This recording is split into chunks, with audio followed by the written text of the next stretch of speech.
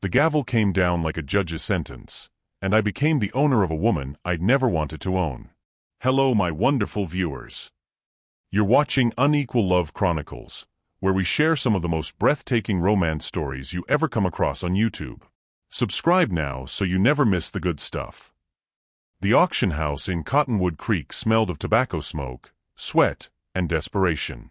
I stood at the back, hat pulled low, watching men bid on furniture, livestock, and the remnants of families torn apart by debt. I hadn't come for any of this. I'd come because my foreman said I needed help at the ranch, someone who could cook, mend, keep the house from falling into the same disrepair as my life.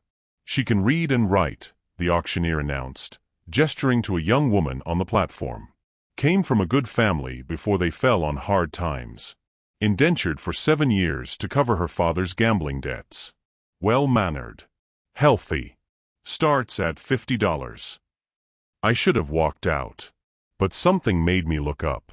She stood there in a faded blue dress that had once been fine, her dark hair pinned back in a way that suggested she'd done it herself without a mirror. Her hands were clasped in front of her, but I could see the white of her knuckles. She wasn't looking at any of us. Her eyes were fixed on some point beyond the back wall, as if she could stare hard enough to be anywhere but here. The bidding started. Miners and ranchers called out numbers like they were buying a plow horse. Each bid made her jaw tighten just slightly. She never flinched, never let her gaze drop, but I saw it, the small war she was fighting to keep her dignity while men assigned her a price. 75, someone called. 80, came another voice, this one belonging to Samuel Pritchard, who owned the saloon and had a reputation for working his girls until they broke. Her hands trembled. Just once. So briefly I might have imagined it. I don't know what happened to me in that moment. Maybe it was the way she held herself, like she was made of iron. Maybe it was the memory of my younger sister, who died of fever before she turned 20, who'd had that same stubborn tilt to her chin. Maybe I was just tired of being alone in a house that echoed. 150, I heard myself say. The room went quiet. Heads turned. Pritchard glared at me, then spat tobacco juice into a tin can and waved his hand dismissively. Sold to the gentleman in the back, the auctioneer declared. Name for the papers. Thomas Garrett. They brought her down from the platform, and a clerk pushed papers toward me. I signed them without reading, paid in cash I'd saved for a new breeding bull, and suddenly she was standing 3 feet away from me, still not looking at anyone directly. Do you have belongings? I asked. One bag. They're holding it in the back. Her voice was quiet but clear, with an accent that suggested education. East Coast, maybe. Somewhere far from this dusty Texas town. I nodded and went to collect it. The bag was small and light, which told me everything about how far she'd fallen. When I returned, she was exactly where I'd left her, hands folded, eyes distant. My wagon's outside, I said. It's a half-day's ride to the ranch. She followed me without a word. 300 miles away, in a house she'd never see again, her mother was writing a letter she'd never send. The woman who would become known to me only as Nora, though I wouldn't learn her name for hours yet, had spent the morning of the auction pressing her one good dress and braiding her hair with hands that wouldn't stop shaking. Her mother had wept. Her father had locked himself in his study, unable to face what his weakness had cost. You'll write to us, her mother had whispered, holding her face between trembling palms. You'll tell us you're all right. But they both knew the truth. 7 years was a lifetime. The indentured rarely wrote. The families rarely wanted to hear. Nora had walked to the auction house alone, carrying her small bag and the last shreds of who she used to be. She'd been a teacher once, in a small schoolhouse near Charleston. She'd had suitors, prospects, a future. Then her father's gambling debts came due, and the creditors had been very clear, prison for him or service for her. She'd chosen this. But choice and willingness were different things entirely. As she climbed into my wagon, she finally looked at me, just a glance assessing. I was probably not what she'd feared. I was 32, weathered by sun and work, but not cruel-faced. I didn't smell of whiskey. I didn't leer. These were low standards, but in her position, she was grateful for them. I'm Thomas, I said, taking the reins. Thomas Garrett. I run a cattle ranch about 20 miles west of here. She nodded, but didn't offer her name. You'll have your own room, I continued, feeling awkward. I'm not. This isn't. I need help with the house. Cooking, mending. The place has gone to hell since my housekeeper died last winter. I work from dawn until dark most days. You'll have your privacy. I don't know why I felt the need to explain. The papers gave me rights I had no intention of exercising, but she didn't know that. She didn't know anything about me except that I'd paid $150 for 7 years of her life. What should I call you? I finally asked. She was quiet for so long I thought she might not answer. Then, barely audible over the creak of the wagon wheels, Nora. My name is Nora. Nora, I repeated, and somehow saying it made her reel in a way the transaction hadn't. All right, Nora. Let's go home. The sun was setting behind us as we headed west, painting the sky in shades of amber and rust. Neither of us spoke. We were strangers bound by paper and circumstance, heading toward a future neither of us had chosen. And neither of us had any idea how completely everything was about to change. The ranch appeared as the last light bled from the sky, a sprawling wooden house with a sagging porch, surrounded by empty corrals and fields that stretched toward distant hills. It looked lonely. That was the first word that came to Nora's mind. Not rundown, though it needed repair. Not unwelcoming, though it was isolated. Just profoundly, achingly lonely. Thomas helped her down from the wagon without touching more than her hand, then carried her bag to the porch. I'll show you inside, he said, his voice careful, as if she were something fragile he was afraid of breaking. The house smelled of dust and old smoke. He lit a lamp, and warm light filled a large main room with a stone fireplace, worn furniture, and shelves lined with books. That surprised her, the books. She'd expected a rough frontier existence, but someone had cared about learning here once. Kitchen's through there, Thomas gestured. Your room is upstairs, first door on the right. My room's at the end of the hall. There's a lock on your door, he added quickly, then seemed embarrassed he'd said it. Nora nodded, taking it all in. The house was cleaner than she'd expected, but had the hollow feeling of a place where someone lived alone and didn't bother much with living. Are you hungry? He asked. I'm not much of a cook, but there's bread and some dried meat. I can prepare something, she said automatically, then caught herself. This was her role now. Not a guest. Not a visitor. An obligation to be fulfilled. Not tonight. Thomas shook his head. You've had a long day. Tomorrow's soon enough to start. Tonight, you should rest. He showed her upstairs. The room was small but clean, with a bed, a washstand, and a window overlooking the fields.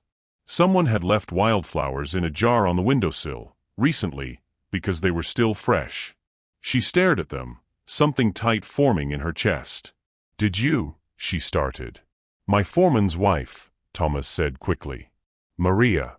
She heard I was bringing someone to help with the house. She thought it might be nice. Nora touched one of the petals. Such a small kindness, but it cracked something inside her she'd been holding rigid all day. Thank you, she whispered. Thomas shifted uncomfortably in the doorway.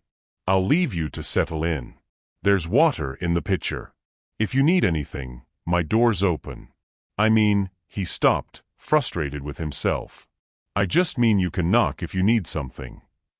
He left before she could respond, his boots heavy on the stairs. Nora sat on the bed and finally let herself feel the full weight of what had happened. This morning she'd woken in her childhood room. Tonight she was in a stranger's house, bound to him by law for 7 years. She was 24 years old, and her life had been sold to cover her father's debts to men who'd gotten him drunk and cheated him at cards. She should cry. She wanted to cry. But the tears wouldn't come. Instead, she unpacked her bag, 3 dresses, some undergarments, a hairbrush, and at the bottom, wrapped in cloth, the only thing she'd insisted on keeping, a small leather-bound book of poetry that had belonged to her grandmother.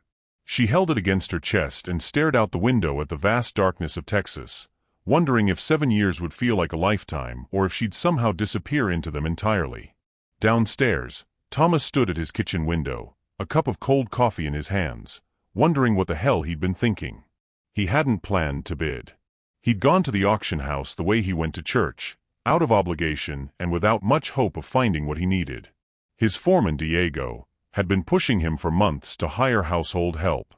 The ranch was doing well, but Thomas lived like a hermit in a deteriorating house, eating poorly and sleeping less. "You need someone to take care of the place, Patron," Diego had said. "You can't keep living like this." But buying a woman? That hadn't been the plan. That had been an impulse he still didn't understand. Except he did understand it. He'd understood it the moment he saw Pritchard bidding, saw the calculation in the saloon owner's eyes. Thomas knew what happened to women who ended up in Pritchard's employment. He'd seen them, used up and discarded, dead-eyed and desperate. And this woman, Nora, had looked at that auction block like she was facing her execution with the last shreds of her dignity. His sister had looked like that once, near the end, when the fever had ravaged her and she'd known she was dying. That determination not to let the world see her break. Thomas had failed his sister. He'd been away, trying to make his fortune, when she'd gotten sick. By the time he'd returned home, she'd been in the ground 3 months. Maybe that's all this was. Delayed guilt. A chance to save someone when he'd failed before. But that didn't explain the strange sensation in his chest when Nora had whispered her name, or the way something had shifted when she touched those wildflowers. He poured the cold coffee down the sink and headed upstairs, pausing outside her door. No light showed underneath. Either she was already asleep or sitting in the dark. "Good night, Nora," he said quietly, not expecting an answer. He didn't get one. The first week passed in careful silence. Nora woke before dawn and had coffee ready when Thomas came downstairs. She cooked simple meals, better than anything he'd eaten in months. She mended his shirts, swept the floors, organized the chaos he'd been living in. She moved through the house like a ghost, efficient and nearly invisible. They barely spoke beyond necessities. "Dinner at 6. "Yes, sir." "We're low on flour." "I'll add it to the list." She never called him Thomas, though he'd told her to. Always sir, or nothing at all. Diego's wife, Maria, came by 3 days in to check on her, bringing fresh eggs and bread. Thomas watched from the barn as the 2 women talked on the porch. For the first time since she'd arrived, he saw Nora smile, just briefly, but it transformed her face entirely. Then she saw him watching, and the smile disappeared. She thanked Maria, took the basket inside, and didn't emerge again until Maria had left. Thomas told himself it was fine. Better, even. A professional distance. He'd bought her labor, not her companionship. But the house felt even lonelier now than when he'd lived alone. On the 8th day, something changed. It was late afternoon. Thomas came in from checking fences to find Nora in his study, frozen in front of the bookshelf with a volume of Whitman in her hands. "I'm sorry," she said immediately, moving to put it back. I didn't mean to presume." "Do you like Whitman?" he asked. She held the book like it was made of glass. Yes. I used to teach literature. Before. That word contained everything. "You can read them," Thomas said. "Any of them. They're just gathering dust." Nora looked at him directly for the first time since the auction, really looked at him, searching his face for mockery or trap. Finding neither, she asked quietly, "Why do you have so many books if you're a rancher?" "My mother was a teacher," he said. "She died when I was 15, but she made sure I grew up loving words. Said a man who reads is never truly alone." He paused. "I'm not sure she was right about that, but I kept the books anyway." Something flickered across Nora's expression. Recognition, maybe. Understanding. "Thank you," she said, and this time it sounded different. More real. That evening, she left a book on the kitchen table for him, Longfellow, open to a poem about homecoming and loss. She didn't mention it, but when he looked up, she was watching from the doorway with an expression that was almost a question. He read the poem while his dinner went cold. The next morning, he left her a different book, Dickinson, marked at a verse about hope and feathers and the soul. Neither of them spoke about it. But something had begun, a conversation in margins and metaphors, a bridge built from words when their voices couldn't yet manage the distance. And for the first time since she'd arrived, Nora didn't feel quite so much like property. She felt almost like a person again. The book exchange became a ritual. Each morning, a new volume would appear with a page marked. Sometimes poetry, sometimes philosophy, occasionally fiction. They never discussed what they were sharing, but the selections revealed things words couldn't. When Thomas left her Thoreau, marked at passages about freedom and self-reliance, Nora understood he was trying to tell her something about how he saw her. When she left him Bronte, marked where Jane refuses to be Rochester's mistress because she values her dignity above comfort, Thomas understood she was drawing boundaries, reminding both of them who she was beneath the transaction. But the silence was becoming heavy. They circled each other in the house, speaking only of practical matters, while their actual conversation happened in borrowed words. Diego noticed. "You barely speak to the woman," he said one afternoon while they were mending fence. "She's been here 2 weeks. You know her name." "Nora," Thomas said, too quickly. "And what else?" Thomas hammered a post harder than necessary. "What else do I need to know?" "Patron, you can't keep someone in your house like they're furniture. She cooks your meals, tends your home. The least you can do is treat her like a human being." "I do treat her like a human being," Thomas protested. "I gave her privacy, her own space. I don't make demands." "You don't make anything," Diego interrupted. "No demands, no conversation, no connection. You think that's kindness? That's just another kind of prison." The words stung because they were true. Thomas had been telling himself he was being respectful, giving Nora space. But respect required acknowledgement, and he'd been avoiding her like acknowledging her humanity made the papers in his desk drawer more shameful. That night, he tried to speak to her over dinner. "The meal is excellent," he said. "Where did you learn to cook like this?" Nora's fork paused halfway to her mouth. She set it down carefully. "My mother taught me." Does your family know you're all right?" Her expression shuttered immediately. "I wouldn't know, sir. I haven't been permitted to write to them." "Permitted?" Thomas frowned. "Who said you couldn't write?" "The contract specifies." "I don't care what the contract specifies. If you want to write to your family, write to them." Nora stared at him like he'd spoken a foreign language. "You're saying I can correspond with them?" "Of course you can. They're your family." Something complicated crossed her face, hope mixed with old pain. "My father's debts were the reason I'm here. I'm not certain I have anything to say to him." "Then write to your mother," Thomas suggested gently. Nora stood abruptly, her chair scraping loud against the floor.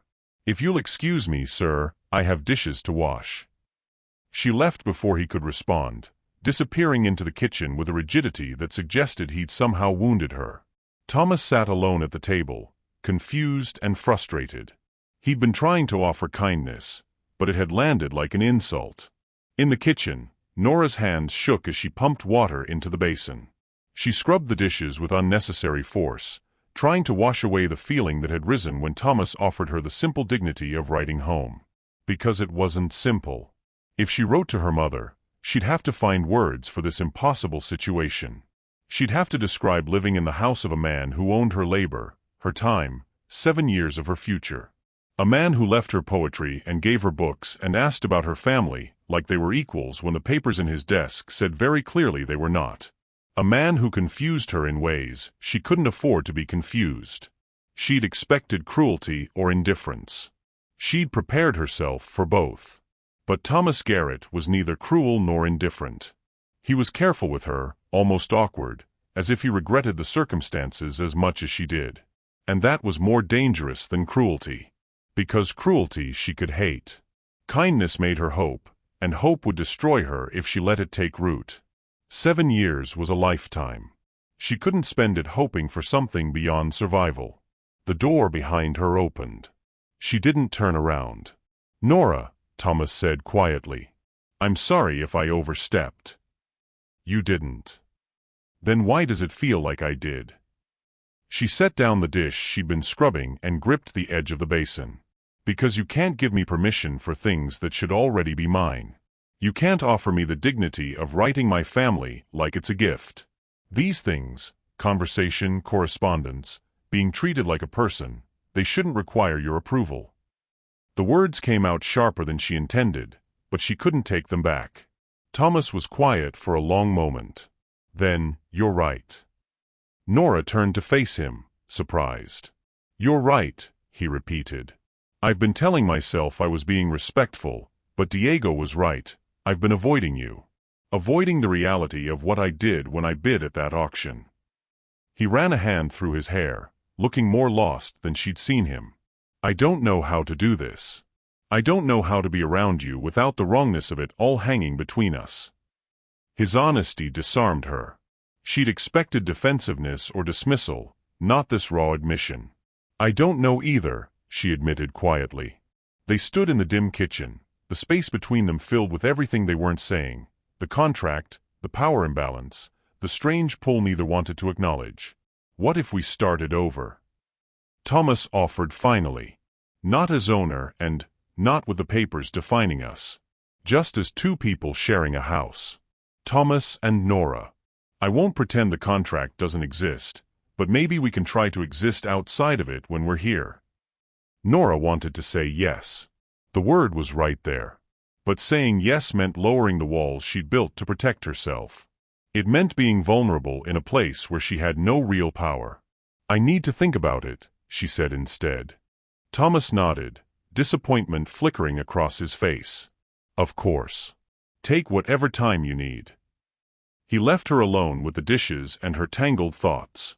Later that night, lying in her bed, Nora stared at the ceiling and tried to understand what she was feeling. She'd been here 2 weeks.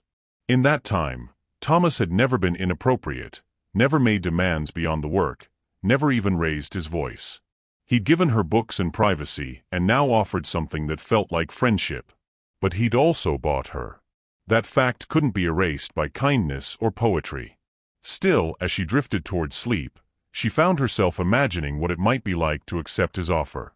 To talk to him not as servant to master, but as person to person. To share more than marked passages in borrowed books. It was a dangerous thought. But then again, she'd already survived the worst thing she could imagine. Maybe she was brave enough to risk hoping for something better. The storm came 3 days later, rolling in from the west with the fury of late summer. Thomas had seen the signs in the morning, the way the cattle bunched together, the peculiar green tint to the sky, and spent the day securing everything that could blow away. By evening, the wind was howling, and rain hammered the roof like bullets. Nora was in the kitchen preparing dinner when the first crack of thunder shook the house. She startled, dropping the knife she'd been using to cut vegetables. Thomas appeared in the doorway. "We're in for a bad one. This house has weathered worse, but it's going to be loud. Are you all right?" "I'm fine," she said, retrieving the knife with hands that trembled slightly. She wasn't fine. Storms had frightened her since childhood, since the night a tornado had torn through their town and she'd huddled in a cellar listening to the world tear apart above her. But admitting fear felt like admitting weakness, and she'd already shown too much vulnerability in front of this man. Another crack of thunder, closer this time. The lamp flickered. "We should move away from the windows," Thomas said. "Sometimes branches."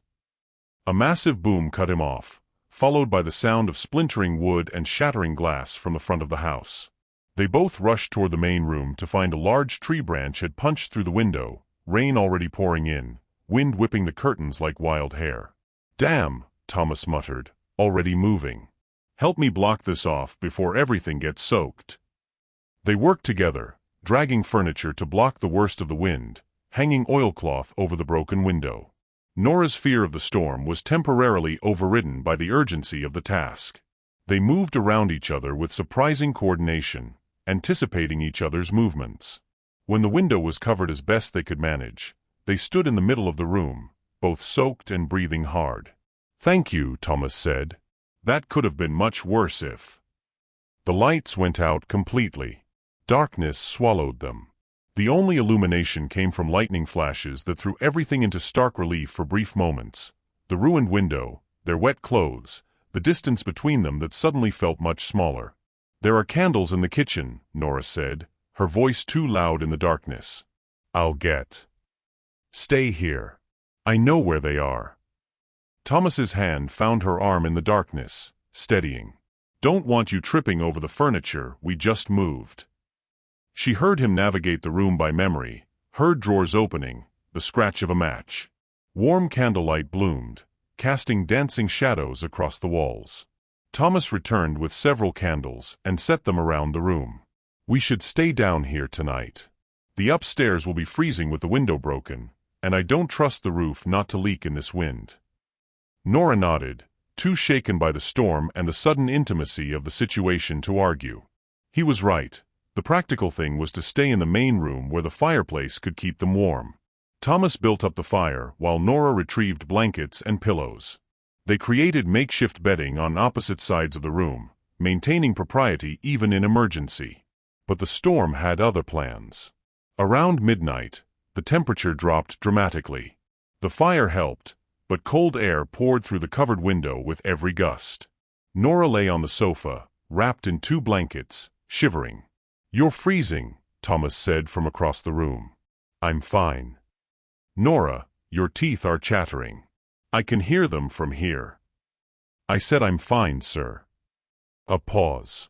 "Then, don't do that." "Do what?" "Call me sir, like we're back to being strangers. We've been through too much in the past 3 weeks for that." Nora sat up, pulling the blankets tighter. "We are strangers, Thomas.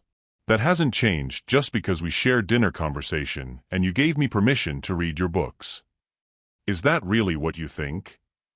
He sat up too, and in the firelight, his expression was raw. "That I see you as a stranger? That you're just someone who works in my house? What else could I be?" The words came out more wounded than she intended. "I'm here because you bought me. Because my father's weakness and my bad luck put me on a platform and you had enough money to make me yours. That's the reality, no matter how many books we exchange." The truth hung between them like a living thing. Thomas stood and crossed the room, stopping a respectful distance from her sofa. "You're right. That is how this started. And I can't undo it or make it less wrong. But it's not the whole truth anymore." "Then what's the truth?" "The truth is that I look forward to seeing what book you'll leave me each morning. The truth is that your presence in this house has made it feel like a home again. The truth is that when I saw you shivering just now, all I wanted was to make sure you were warm and safe, not because you work for me, but because—" He stopped, seeming to realize he'd said too much. "Because what?" Nora whispered. Lightning flashed, illuminating his face for a moment. In that brief light, she saw uncertainty and something that looked dangerously like longing. "Because somewhere in the past 3 weeks, you stopped being a stranger," he said quietly. "And I stopped being alone in a way that has nothing to do with having another person in the house." Nora's heart was pounding in a way that had nothing to do with the storm. She should shut this down. Should rebuild the walls. Should remind him and herself that whatever this was, it couldn't be allowed to grow. But she was so tired of being afraid. Tired of being alone, even in the company of others. "I'm still cold," she said instead, the words barely audible over the storm. Thomas understood what she was offering, not an invitation to impropriety, but permission to close some of the distance between them. He retrieved his blankets and moved to the opposite end of the sofa, maintaining space between them but offering the warmth of shared proximity. They sat like that through the long hours of the storm, not touching, barely speaking, but something fundamental had shifted. The silence between them was no longer heavy with things unsaid. It was comfortable, companionable, almost peaceful. As the storm raged outside, Nora felt something inside her begin to thaw, something she'd frozen solid the day her father had told her what he'd done, what she would have to sacrifice to save him. She'd thought being bought meant being destroyed. But maybe, just maybe, it was possible to be broken and rebuilt into something stronger. Maybe it was possible to find home in the most unlikely of places. Morning came gray and waterlogged. Nora woke to find herself still on the sofa, wrapped in blankets that smelled like wood smoke and leather. Thomas was already up, assessing the damage to the house by the pale morning light filtering through the oilcloth-covered window. "How bad is it?" she asked, sitting up and immediately regretting it when her back protested sleeping on the sofa. "Could be worse. The window needs replacing, and part of the porch railing came down. But the roof held." He turned to her, and something about his expression was softer than yesterday. "How did you sleep?" "Better than I expected," she admitted. The honesty between them felt new, fragile, like something that could shatter if handled roughly. They spent the morning cleaning up debris and salvaging what they could. Diego arrived mid-morning with 2 of his sons to help with repairs. Maria came with them, took one look at Nora's exhausted face, and insisted on making breakfast while the men worked. "You look like you've been through a war," Maria said, pressing a cup of coffee into Nora's hands. "That storm was terrible. Were you frightened?" "A little," Nora confessed. "Thomas, Mr. Garrett, he helped me through it." Maria smiled knowingly. "He's a good man. Lonely, but good. His sister died some years back. Did he tell you? It broke something in him. He built this ranch, made it successful, but he's been living like a ghost ever since." "He had a sister?" Nora found herself hungry for information about the man whose house she shared. Catalina. She was going to marry Diego's cousin. Beautiful girl, full of life. She got a fever, and it took her in less than a week. Thomas was away on a cattle drive. By the time he got back, she'd been buried a month. He never quite forgave himself for not being here. That explained the books, the education, the way Thomas seemed to understand grief in a way only someone who'd lived it could. "He blames himself," Nora said quietly. "Of course he does. People always blame themselves for the things they couldn't control." Maria gave her a meaningful look. "But eventually, you have to decide whether to stay stuck in the past or live the life in front of you." The words landed heavy. Nora knew Maria was talking about Thomas, but they applied equally to her. She'd been living in the suspended animation of resentment since her father had gambled away her future. At some point, she'd have to decide whether to stay bitter about what she'd lost or make something of what remained. The men came in for lunch, hungry and mud-splattered. Thomas and Diego discussed fence repairs while they ate. Nora found herself watching Thomas, really watching him, and seeing details she'd missed. The way he listened carefully to Diego's opinions. The way he treated his workers with respect. The tired lines around his eyes that suggested he slept as poorly as she did. After lunch, while they were washing dishes, Maria said casually, "You know, when Diego told me Thomas had brought someone home from the auction, I was worried. But watching you 2 work together this morning, that's not how strangers move around each other."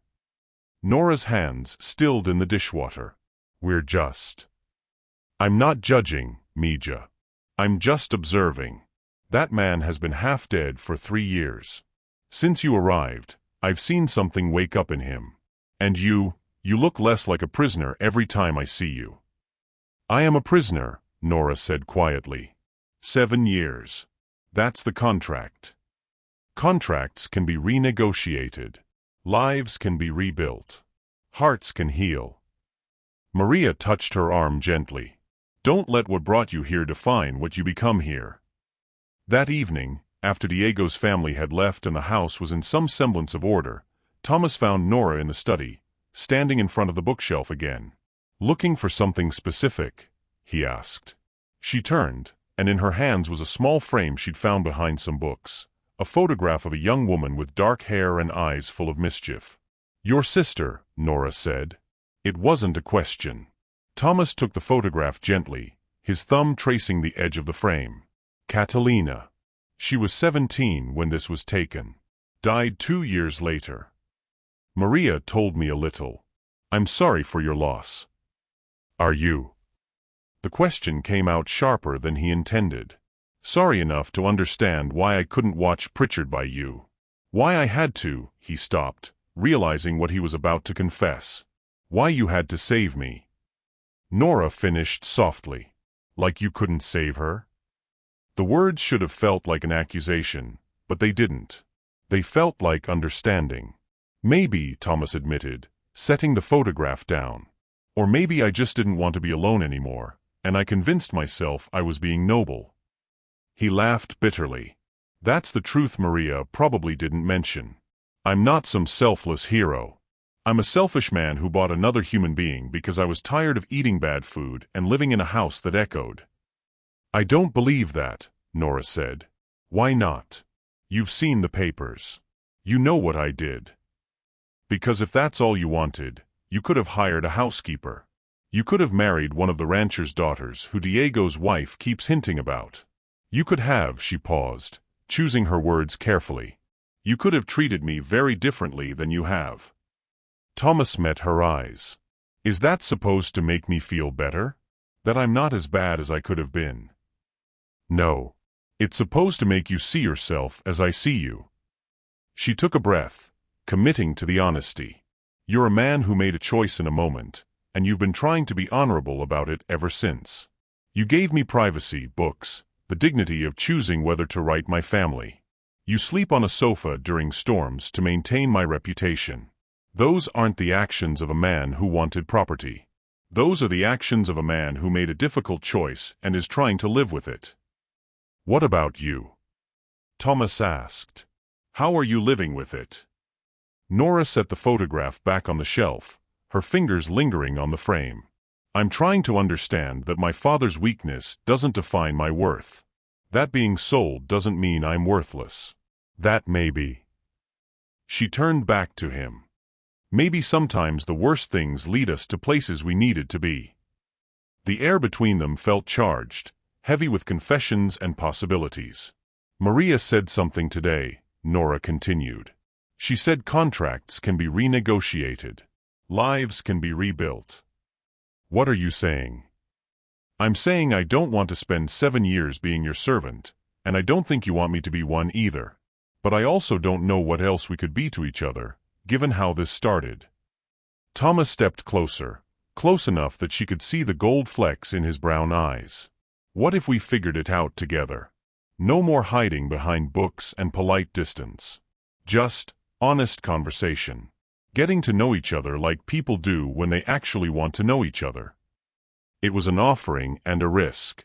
They both knew it. Nora thought about her mother's letters she'd never sent, about the life she'd thought she'd lost, about the unexpected warmth of sitting near Thomas during the storm. She thought about Maria's words, "Don't let what brought you here define what you become here." "All right," she said finally. "But I have conditions." "Name them." "You destroy those papers." "Not now, I know you need them legally. But someday, when the 7 years are up, you burn them. I want proof that eventually, I'll be free to choose." "Done," Thomas said immediately. "What else?" "You tell me the truth. About why you really bid at that auction. About what you want from this arrangement. About what you're feeling when you look at me like you're looking at me right now." That last one made him swallow hard. But he nodded. "And," he prompted, sensing there was more. "And you let me do the same. Let me tell you about my family, my anger, my fear. Let me be honest without worrying that you'll use it against me or hold it over me. Let me be real, even when real is messy." "I want that," Thomas said quietly. "More than you know." They stood in the study as evening darkened the windows, two damaged people who'd found each other through the worst of circumstances, trying to build something good from a foundation that should have been rotten. "Tell me about her," Nora said, gesturing to Catalina's photograph. "Tell me about your sister, and I'll tell you about my father's gambling. We'll start with the hard truths and work our way toward easier ones." So they did. They sat in the study while the sky turned from gray to black, sharing stories that hurt to tell and harder to hear.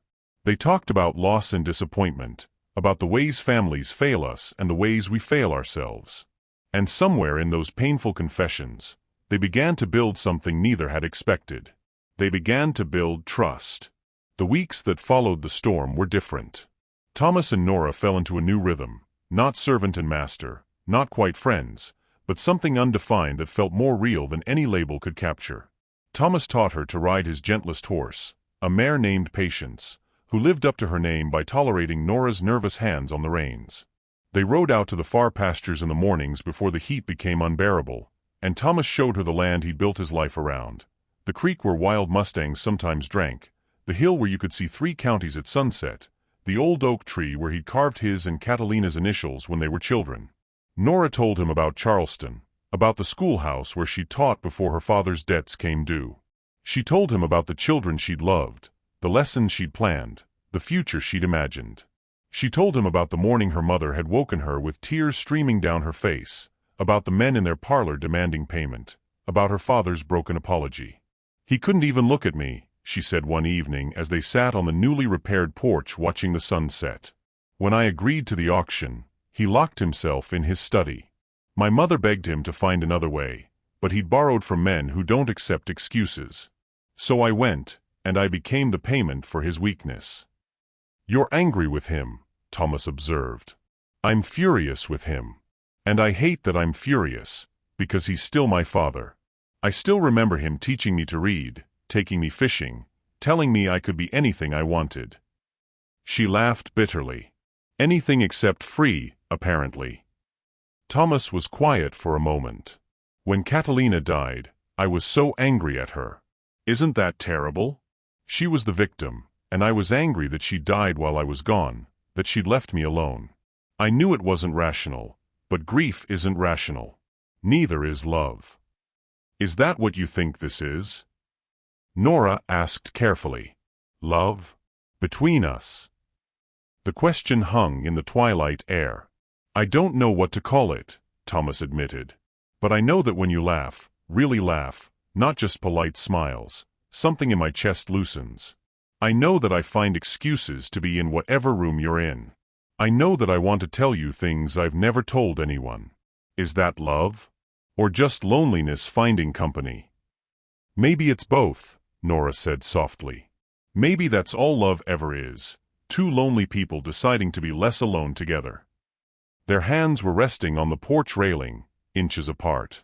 Thomas moved his pinky finger until it brushed against hers.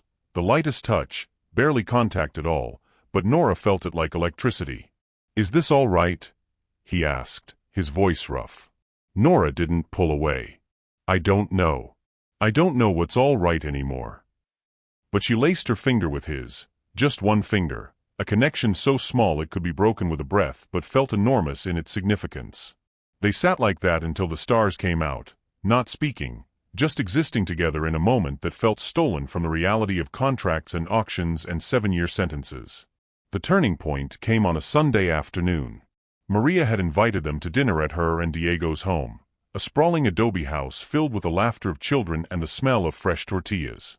Nora had been nervous about going, worried about how Diego's family would perceive her situation with Thomas. But Maria had insisted, and Thomas had looked at her with such hope that she couldn't refuse. The evening was warm and full of life. Diego's children, 5 of them, ranging from 4 to 16, treated Nora with open curiosity and acceptance. The youngest, a girl named Elena, claimed Nora's lap immediately and chattered about her dolls and her new puppy and everything else that was important in the world of a 4-year-old. Thomas sat across the table, talking cattle prices with Diego, but Nora caught him watching her with Elena. His expression was soft, almost wistful. After dinner, while the women cleaned up and the men smoked on the porch, Maria's eldest daughter, Rosa, cornered Nora in the kitchen. "He looks at you like my papa looks at my mama," Rosa said with the blunt honesty of a 16-year-old. Nora's hands stilled in the dishwater. It's not like that." "Maybe not yet," Rosa said, shrugging. "But it will be. Anyone can see it." "It's complicated," Nora said quietly. "Love always is." Rosa dried a plate with practiced efficiency. "My parents didn't start out in love either. Mama's family arranged their marriage when they were young. She told me she cried for a week when they told her. But Papa was patient and kind, and eventually she stopped crying and started living. Now look at them." She gestured toward the window, where Diego and Maria stood close together, his arm around her shoulders as they watched the sunset. "That's different. They had a choice eventually." "Did they?" "Mama's family would have disowned her if she'd refused. Sometimes we make the best of the choices other people make for us, and sometimes that becomes its own kind of choosing. The wisdom in Rosa's young voice struck Nora deeply. She'd been so focused on what had been taken from her that she hadn't considered what she might be able to build with what remained. On the ride home, Thomas was quiet. Nora finally asked what he was thinking. "Watching you with Elena," he said. "You're good with children. Natural.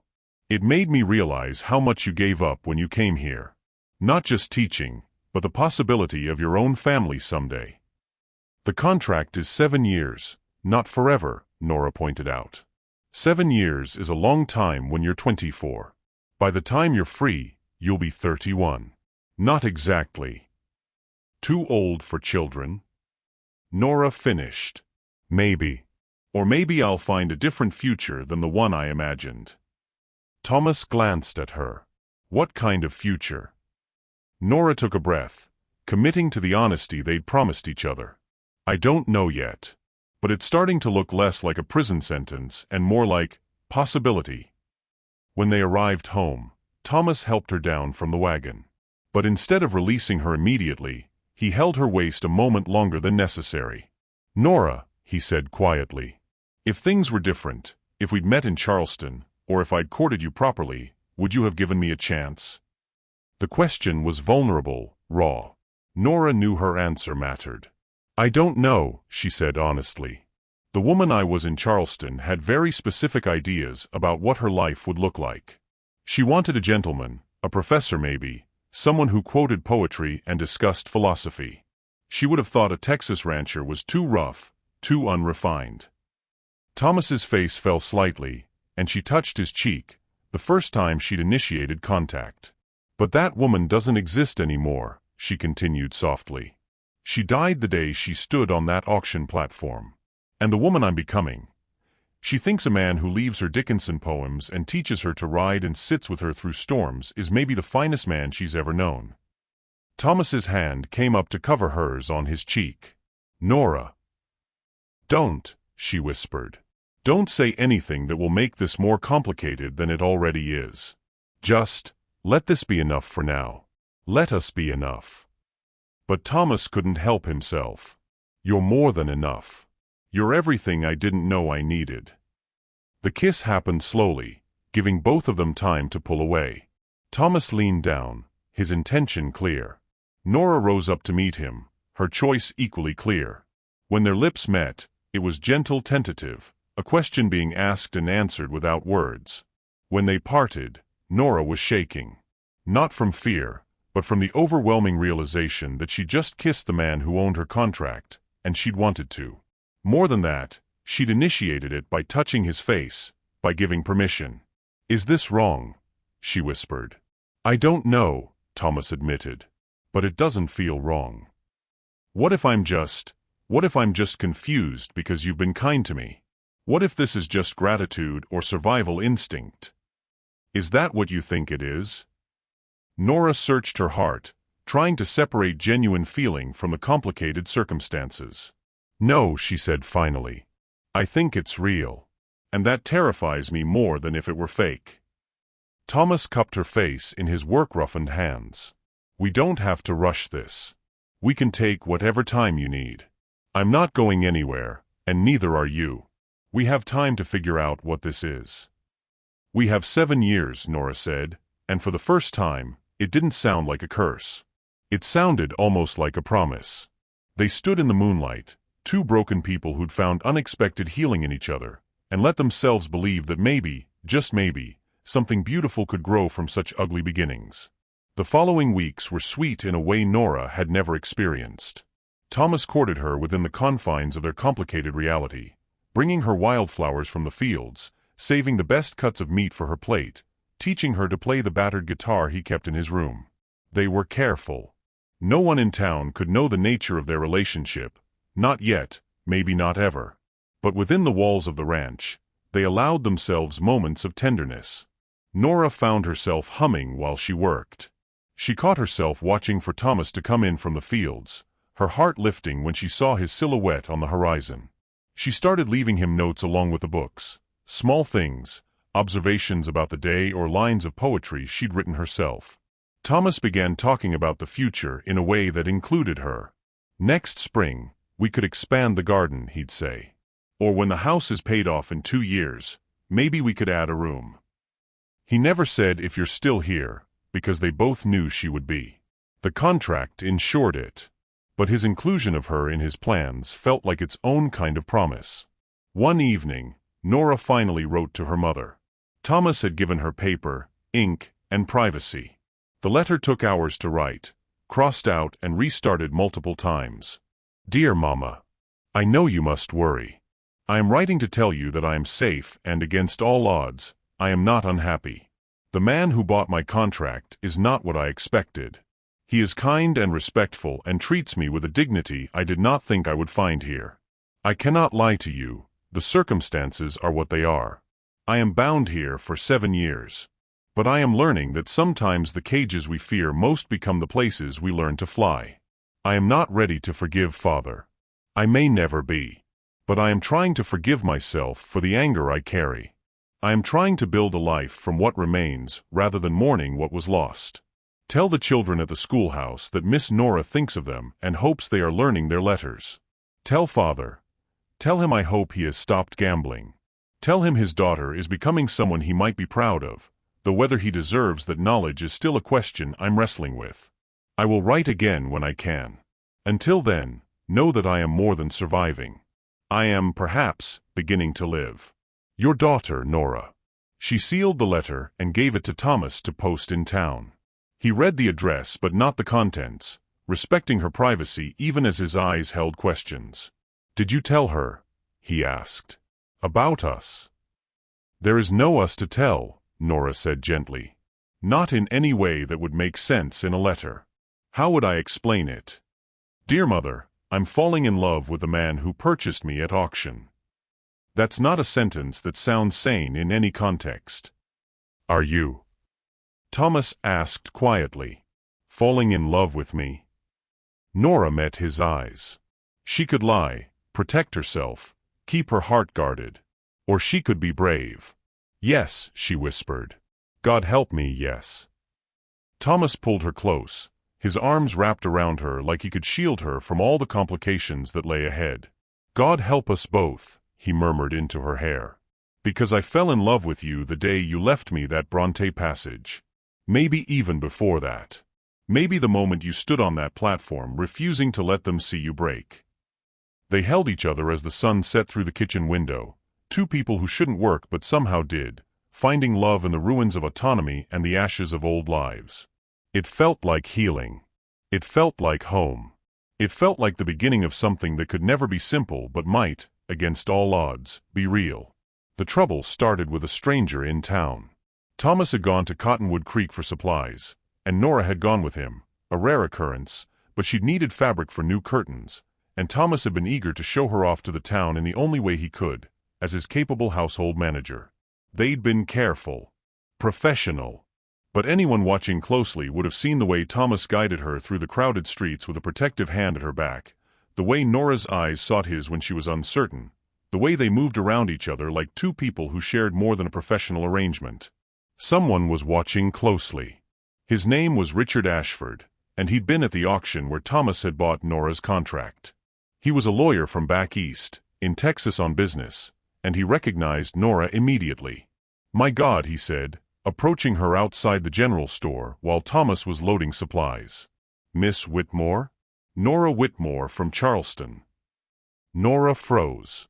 She hadn't heard her full name in months, and hearing it now felt like being pulled back into a life she'd left behind. I'm sorry, she said carefully. I think you have me confused with someone else. No confusion. Your father, Jonathan Whitmore, he and my father did business together. I heard about his difficulties. And then I saw you at the auction, and I thought. He looked her up and down, taking in her simple dress, her sun-browned skin, her work-roughened hands. I thought surely someone from your family would have intervened. But here you are. Thomas appeared with a crate of supplies, immediately sensing tension. Is there a problem? Ashford's eyes narrowed. You're the one who bought her contract. Thomas Garrett, isn't it? That's right. Thomas set down the crate, his posture protective. And you are? Richard Ashford, attorney at law. I knew Miss Whitmore's family in Charleston. I'm simply surprised to see her in such circumstances. The word circumstances dripped with innuendo. Miss Whitmore is employed in my household, Thomas said evenly. She's treated with complete respect and propriety. I'm sure she is. Ashford's smile didn't reach his eyes. Though I couldn't help but notice, Mr. Garrett, that you seem quite solicitous of your household help. One might even say familiar. Nora's blood ran cold. She saw exactly where this was heading. Mr. Ashford, she said quickly, I appreciate your concern, but as you can see, I'm perfectly well. There's no need for alarm. No need for alarm? Ashford's voice rose slightly, drawing attention from passers-by. Your father's gambling debts sold you into servitude, and you're living isolated on a ranch with a bachelor. Forgive me, Miss Whitmore, but that strikes me as exactly the situation that should alarm anyone with a conscience. Then perhaps you should have been alarmed 7 months ago when you watched it happen and did nothing, Nora said coldly. The barb landed. Ashford's face reddened. I am attempting to rectify that error now. Miss Whitmore, if you are being mistreated or coerced in any way, I can help you. The law provides certain protections. I don't need your protection, Nora interrupted. And I certainly don't need your judgment about my situation from a man who stood by and watched without offering help when it might have mattered. Is that your final word? Ashford asked. Because I feel obligated to inform you that if I witness any evidence of impropriety, I am legally and morally bound to report it. Contracts like yours have very specific stipulations about the treatment of indentured persons. Any inappropriate relationship could nullify the agreement and result in criminal charges. The threat hung in the air like poison. Thomas stepped forward, his voice dangerously quiet. Are you threatening me, Mr. Ashford? I'm informing you of the law, Mr. Garrett. What you choose to do with that information is your concern. Ashford tipped his hat to Nora, gave Thomas a meaningful look, and walked away, leaving destruction in his wake. The ride home was silent and tense. Thomas's jaw was clenched so tight Nora could see the muscle jumping. Her own hands were trembling in her lap. When they arrived at the ranch, Thomas helped her down from the wagon without meeting her eyes, then began unloading supplies with jerky, angry movements. Thomas, Nora started. Not now, he said curtly. We need to talk about this. What's there to talk about? He dropped a sack of flour harder than necessary. He's right. Everything he implied, he's absolutely right. He's not. Isn't he? Thomas finally looked at her, and his eyes were full of anguish. We've been fooling ourselves, Nora. Pretending that what's between us is somehow separate from the contract, that it's real and pure and not built on the ugliest foundation imaginable. It is real, Nora protested. What we feel. What we feel doesn't matter. Thomas's voice cracked. Don't you see? Even if what we feel is genuine, even if it's the realest thing I've ever experienced, it doesn't change the fact that I own your contract. That you can't leave. That any relationship between us exists under coercion, whether we want to acknowledge it or not. I'm not coerced. I chose. You can't choose. The words exploded out of him. That's the whole problem. You can't choose freely when the alternative is, what? Living in my house in hostility for 7 years? Having nowhere else to go? You may think you're choosing, but you're choosing from a position of no power, and that's not really a choice at all. Nora felt tears burning her eyes. So what are you saying? That everything between us has been a lie. I'm saying maybe that lawyer is right to be suspicious. Maybe I'm exactly the kind of man who tells himself pretty stories to justify taking advantage of a woman who has no other options. You know that's not true. Do I? Thomas ran his hands through his hair, looking tormented. I don't know anything anymore. All I know is that if Ashford reports us, if word gets out that we're... He couldn't finish the sentence. That we're in love. Nora supplied bitterly. It doesn't matter what we are. The law won't see love. It'll see a man exploiting his position of power over an indentured woman. I could be arrested. The contract could be nullified. You could be sold to someone else, someone worse. Everything we've built. Everything we've built was apparently worthless, Nora said, anger flooding through her hurt.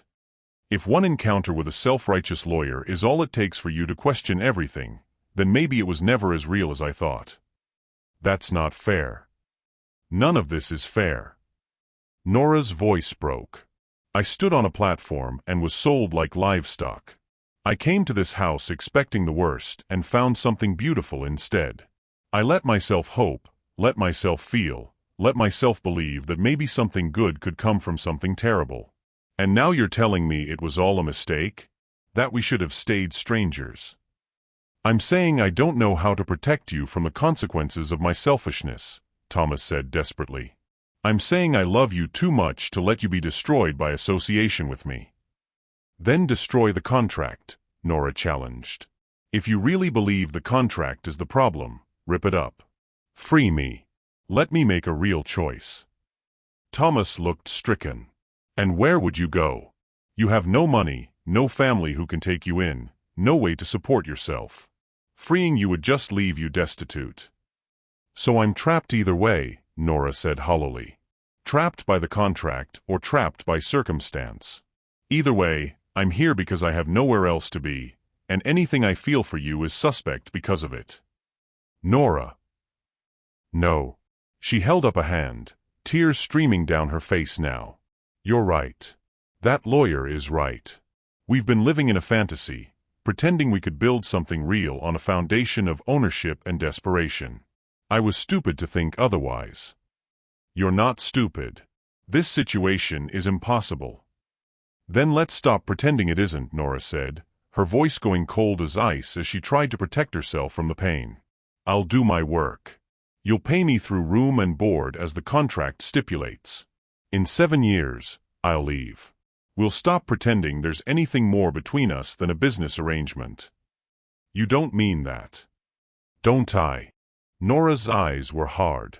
Tell me, Thomas, if I walked out that door right now, would you stop me? Or would you remind me that legally, I'm bound here? The question hung between them like a blade. Thomas opened his mouth, then closed it. They both knew the answer. Whatever his personal feelings, the law was clear. She was contracted to him for 7 years. If she left, he could have her hunted down and returned. He wouldn't do it, she knew he wouldn't, but the fact that he could was the poison at the heart of everything. That's what I thought, Nora said quietly. We can't have love where there's no freedom. We've been fooling ourselves. She turned and walked into the house, leaving Thomas standing in the yard surrounded by scattered supplies and the ruins of everything they'd been building.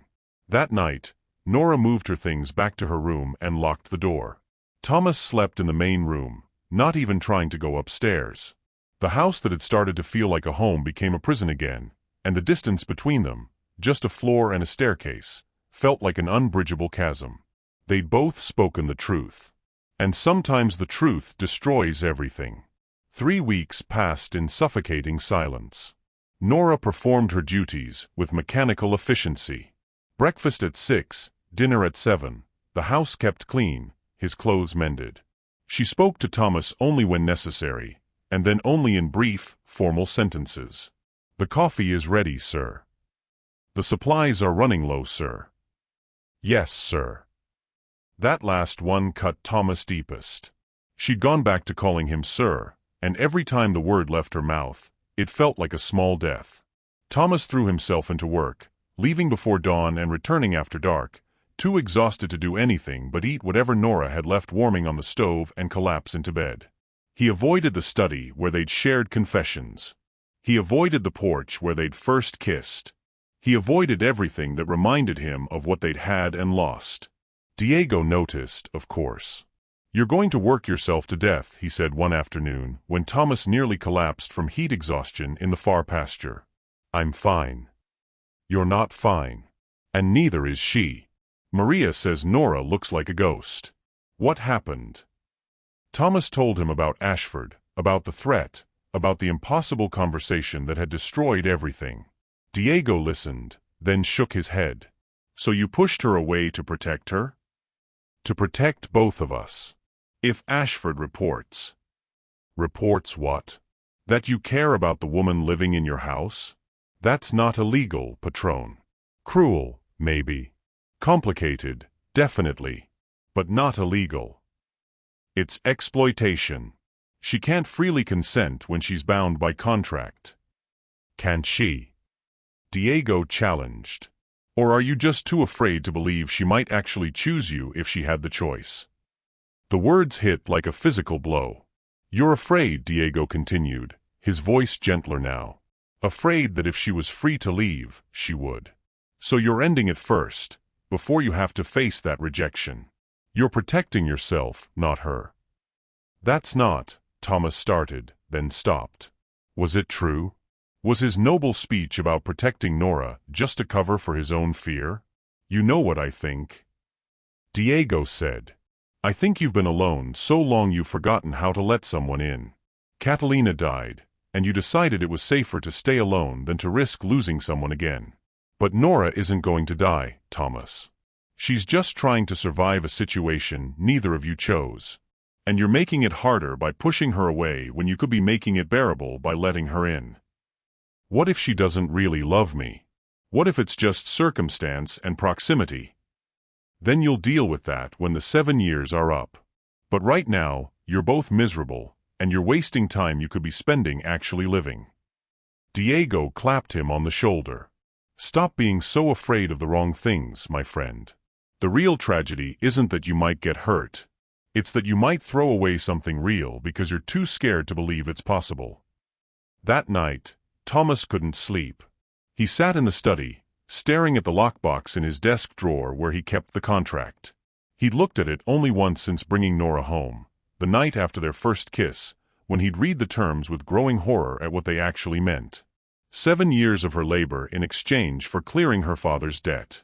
Stipulations about her treatment, her housing, her freedom of movement. And buried in the legal language, the ugly truth. She was property, at least in the eyes of the law.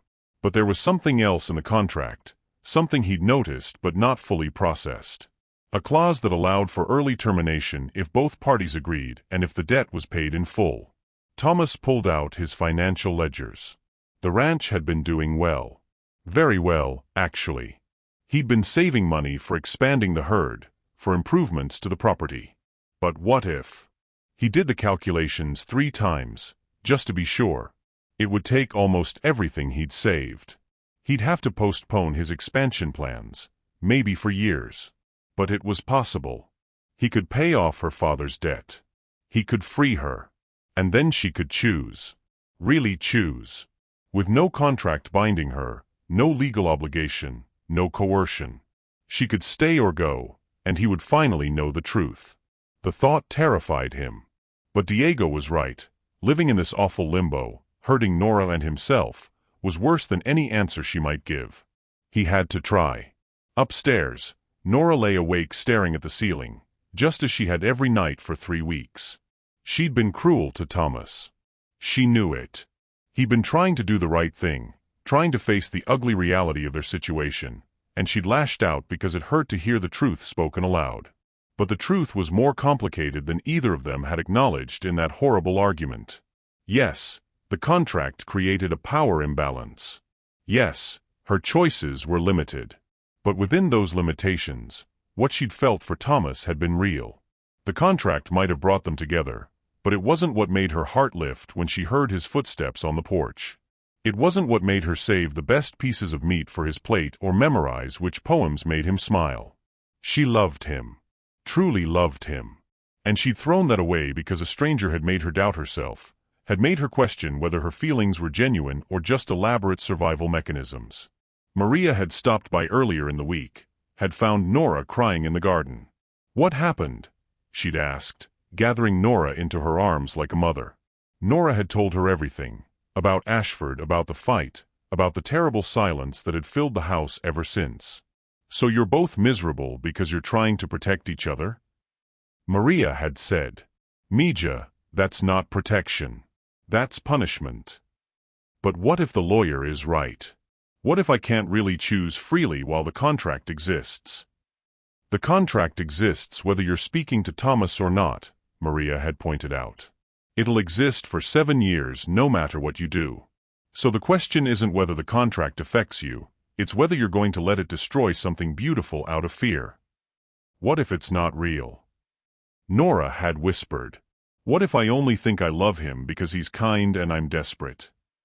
What if you do love him, and you're throwing it away because you're too afraid to trust yourself? Maria had countered. Nora, I've seen the way you look at each other. That's not desperation. That's not gratitude. That's love. Complicated, messy, imperfect love, but love nonetheless. Now, lying in her bed, Nora realized Maria was right. She and Thomas had been given something rare and precious, genuine connection in the midst of impossible circumstances. And they were destroying it because they were too afraid to believe it could be real. She needed to talk to him. Needed to tell him that she chose him, contract or no contract, power imbalance or not. She chose him because he was kind and honest and made her laugh. Because he shared his books and his grief and his hope for the future. Because when she was with him, she felt less like property and more like herself than she had since this whole nightmare began. Tomorrow, she decided. Tomorrow she would find the courage to tell him the truth. But Thomas had his own plans. Thomas waited until after breakfast, when he knew Nora would be in the kitchen. He'd barely slept, rehearsing what he would say, but now that the moment had arrived, every planned word fled his mind. Nora, he said from the doorway. Can we talk? She turned from the dishes, her expression guarded but not hostile. Of course. He gestured to the table, and they sat, exactly where they'd sat for that first painful dinner after the auction, when she'd been a stranger and he'd been an awkward stranger trying to explain an inexplicable situation. How far they'd come. How far they'd fallen. I've been thinking, Thomas started, about what happened with Ashford. About everything you said during our fight. You were right about a lot of it. Nora opened her mouth to speak, but he held up a hand. Let me finish, please. I need to say this. He took a breath. You said I should destroy the contract if I really believed it was the problem. You were right. But simply tearing it up wouldn't free you. Your father's debt would still exist, and his creditors would just sell you to someone else. So I found another way. He pulled out the papers he'd spent all night preparing. The contract has a termination clause. If the debt is paid in full, you're released immediately from all obligations. I've calculated the total amount, principal plus the interest that would have accrued over 7 years. And I'm paying it. Nora stared at him in shock. Thomas, that has to be thousands of dollars. $4,320, he confirmed. It's everything I've saved for the past 5 years. Everything I was planning to use for expanding the ranch. But it doesn't matter. You matter more. I can't let you do that, Nora whispered. That's your future. No, Thomas said firmly. You're my future. At least, I hope you are. But I need you to choose that freely.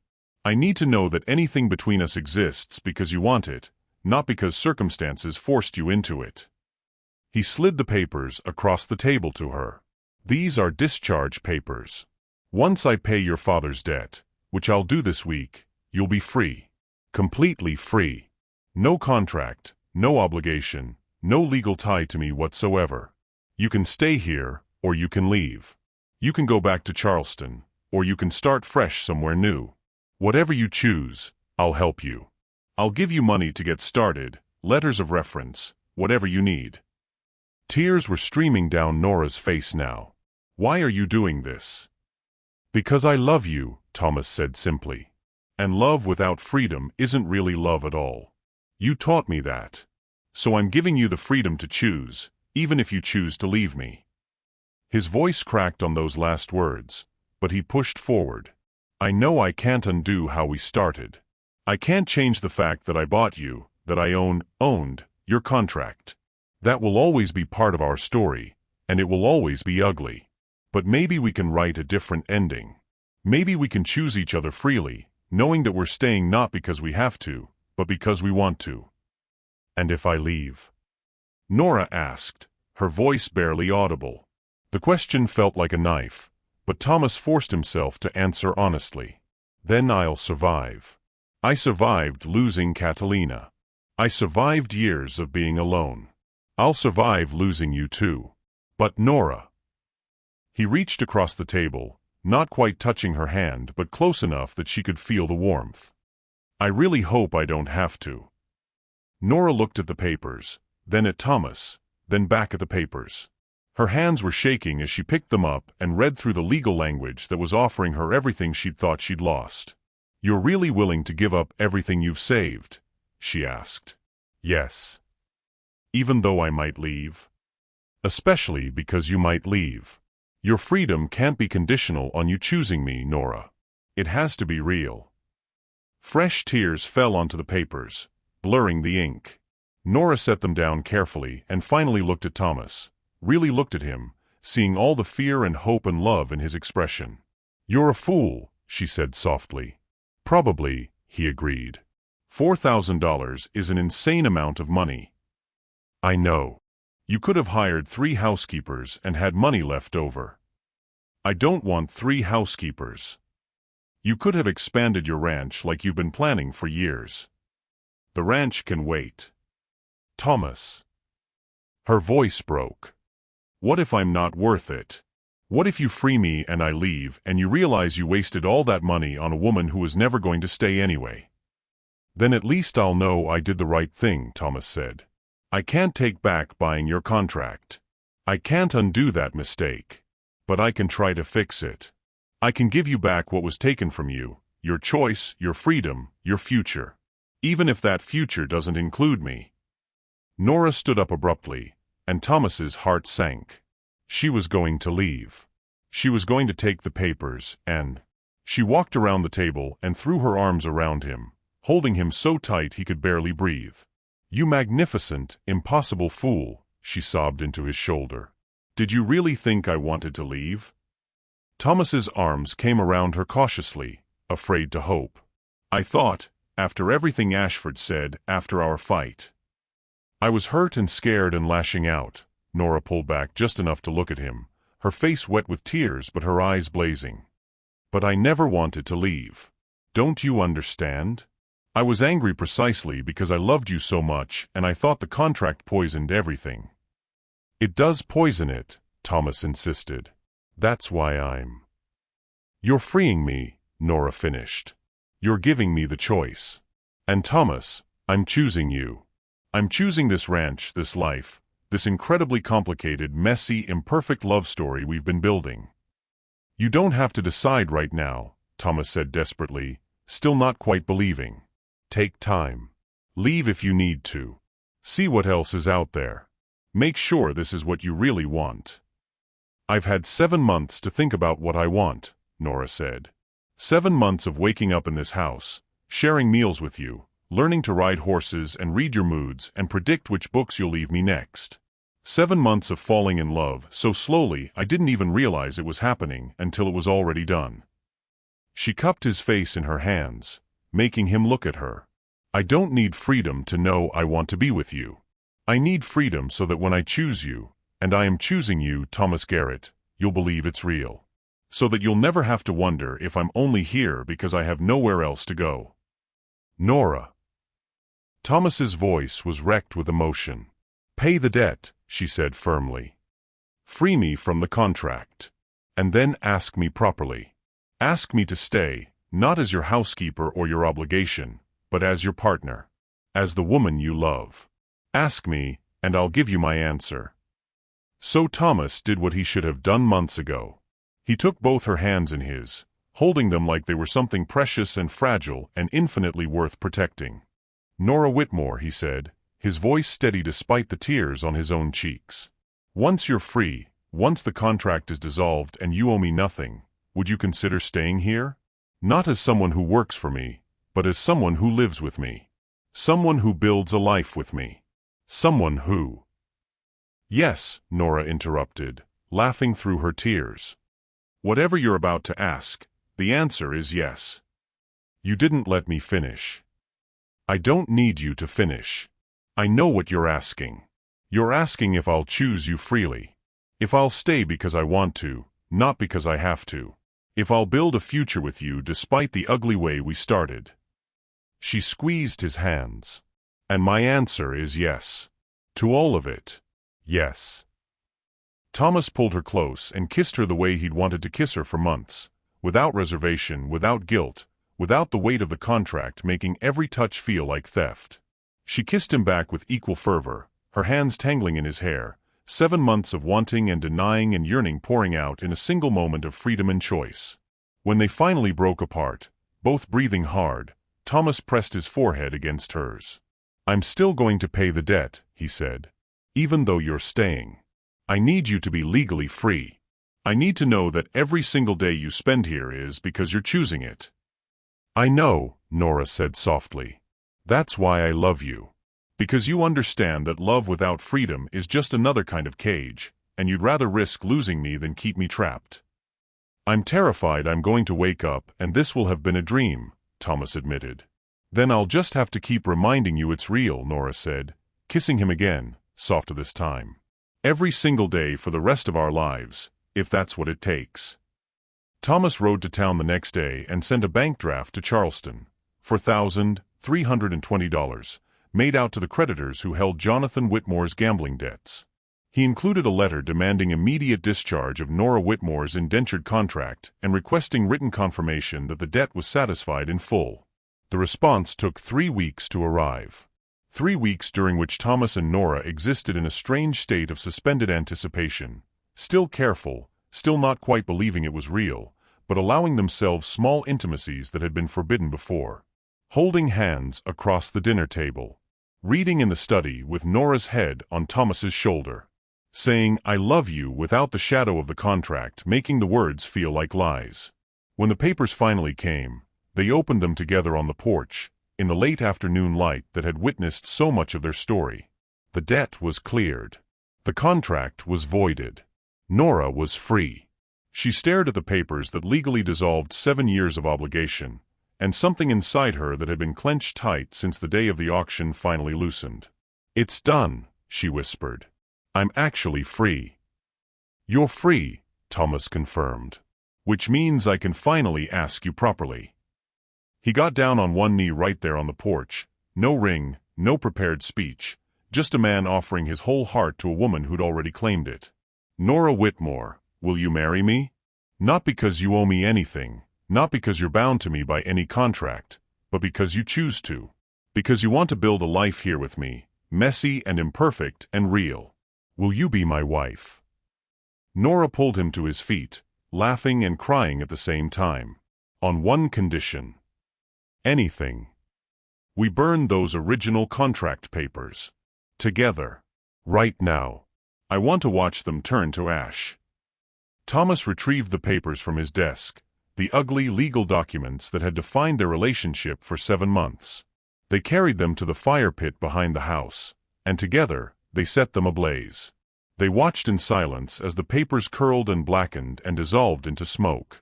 Watched as the legal definition of their relationship was reduced to nothing but ash and memory. Now, Nora said, turning to face him as the last of the papers crumbled. Now I'll answer your question. Yes, Thomas Garrett. I will absolutely marry you. They were married 3 weeks later in Diego and Maria's front yard, surrounded by people who'd become family. Maria cried through the entire ceremony. Diego gave Thomas a knowing look that said, I told you so, without speaking a word. The children threw wildflowers and danced in circles, while the priest blessed the union. Nora wore a dress Maria had helped her make from fabric Thomas had insisted on buying, white cotton with blue embroidery that matched her eyes. She carried wildflowers Thomas had picked that morning, the same kind he brought her 100 times before. When the priest asked if she came to this marriage freely, of her own choice, with no coercion or duress, Nora's answer rang out clear and strong, I do. And when Thomas slipped a simple gold band onto her finger, bought with money from his first cattle sale after paying her father's debt, she felt the last shadow of the auction platform fall away. She wasn't property anymore. She wasn't an obligation or a transaction or a 7-year sentence. She was Nora Garrett, a woman who'd been broken and remade, who'd found love in the ruins of autonomy, who'd learned that sometimes the worst beginnings lead to the most beautiful endings. 6 months after the wedding, a letter arrived from Charleston. Nora's mother had written, finally, after months of silence. The letter was tear-stained and full of apologies, for not protecting her daughter, for not stopping her husband, for letting Nora go to that auction platform alone. But it was also full of joy. Joy that Nora had written about her marriage, about Thomas, about the life she was building in Texas. Joy that somehow, against all odds, Nora had found happiness. At the end of the letter, her mother included a smaller, separate note. It was from her father, just 3 sentences, written in a shaking hand. I am sober now. 90 days. I know I don't deserve your forgiveness, but I hope someday you might grant it anyway. Your mother tells me you're happy. That's more than I gave you any right to be. Nora read the note 3 times, feeling the complicated tangle of anger and grief and reluctant hope. What are you thinking? Thomas asked, coming to stand behind her, his hands gentle on her shoulders. I'm thinking that forgiveness is more complicated than I thought, Nora said slowly. I'm thinking that maybe I'm not ready to forgive him yet, but maybe someday I will be. And I'm thinking. She turned in his arms, looking up at the man who'd given her everything when he freed her from nothing. I'm thinking that we've all made mistakes. We've all done things we wish we could undo. And maybe the best we can do is try to be better than our worst moments. Wise woman, Thomas murmured, kissing her forehead. I learned from the man who saved me by letting me go, Nora said. Who understood that the only real gift is freedom, and the only real love is the kind that's chosen. They stood on the porch as the sun set over the ranch, their ranch now, built on work and trust and the daily choice to stay.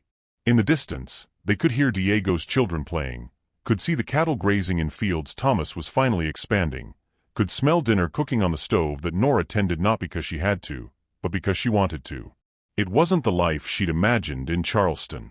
It wasn't the future she dreamed of before her father's gambling destroyed everything. It was better. Because this life, this love, this man, she'd chosen them all freely. And every day, she chose them again. That's what love was, she'd learned. Not a feeling that happened to you, not a circumstance that trapped you, but a daily decision to stay, to fight, to build something beautiful from even the ugliest materials. She'd been bought at an auction in 1876. And through that transaction, she'd found freedom, love, and herself. Some stories don't start well. But with courage, honesty, and the willingness to risk everything for what's real, even the worst beginnings can lead to happy endings. Theirs certainly had. 3 years later, Nora stood in the same front yard where she'd married Thomas, this time holding a tiny, squirming bundle wrapped in Maria's carefully embroidered blanket. She has your eyes, Thomas said, staring down at their daughter with an expression of pure wonder. And your stubborn chin, Nora countered, laughing as the baby's face scrunched up in indignation at being discussed. They'd named her Catalina, after the sister Thomas had lost, and Hope, for what they'd found against all odds. Diego and Maria had brought their entire family to meet the baby. The children took turns holding her gently, asking questions about whether babies could eat tortillas, not yet, and when she'd be big enough to ride horses, not for a while. As the sun set and the families gathered around Maria's dinner table, grown now to accommodate Thomas and Nora's permanent place, Nora looked around at the life she'd built from the ashes of the one that had been taken from her. She'd never made it back to Charleston. Her mother had visited once, making the long journey to meet her son-in-law and later her granddaughter. Her father hadn't come, wasn't invited, though Nora had started writing to him, cautious letters that were slowly, painfully rebuilding a bridge that might never be whole but could at least exist. She'd never gone back to teaching in a schoolhouse, but she'd started teaching Diego's children their letters in the evenings, and word had spread. Now 3 other ranch families sent their children twice a week to learn reading and arithmetic in the Garrett's front room. She'd never gotten the life she'd planned. But she'd gotten something better, a life she'd chosen. A love she'd built. A family she'd fought for. What are you thinking about? Thomas asked, finding her later on the porch after everyone had left and the baby was finally asleep. I'm thinking about auctions and contracts and how the worst day of my life led to the best years, Nora said, leaning into his embrace. I'm thinking about how you gave me freedom, and I chose to stay. I'd have paid 10 times that amount to hear you say yes, Thomas admitted. I know you would have. But the amount didn't matter. What mattered was that you were willing to let me go. That's how I knew I could trust you with my heart. They stood in the darkness, wrapped in each other and in the peace of choices well made. Somewhere in the house, their daughter slept peacefully. Around them, the ranch sprawled out in all directions. Land they'd built together, a home they'd chosen together, a future they were creating one day at a time. No regrets. Thomas asked softly. Nora thought about the question seriously. Regrets about her father's gambling? Yes. Regrets about the circumstances that had brought her here? Yes. Regrets about the pain of that auction platform and the months of uncertainty that followed? Yes to all of it. But regrets about choosing Thomas? About building this life? About finding love in the most unexpected place? Not a single one, she said firmly, and kissed him under the Texas stars. Some love stories start with choice. Theirs had started with the absence of it. But in the end, choice was what made it real. Choice was what made it last. And every day they chose each other, freely, completely, without reservation. That was the happy ending neither of them had expected, but both of them had earned. And it was more than enough. So here's my question for you. When was the last time you chose something, or someone, not because you had to, but because you truly wanted to? Love, freedom, and choice, they're all connected. Drop your thoughts below. I'd love to hear your story too.